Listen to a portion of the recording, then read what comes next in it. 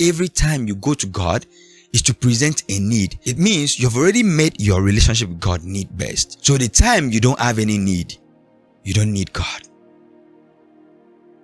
If every time you go to ask from God is because you have need, it means you are given a wrong theology around your faith and believe in God, because you only feel like the only purpose of God for my life is when I have need. That is why, especially being a Nigerian, when some Nigerians go out of Nigeria to other places where the system is working, it feels like their faith dwindles because their faith was not well founded. It doesn't dwindle because God is not God again.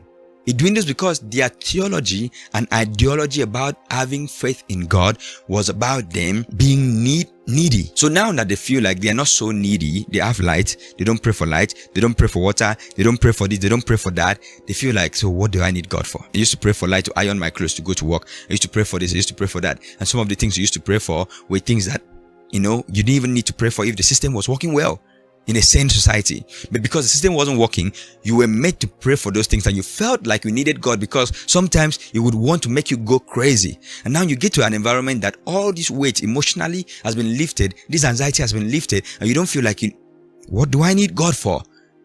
That is where we need to now come back in our faith and reassess this. You coming to God, was it because of your need, or was it because you really know the value of God in your life? Godly conversation.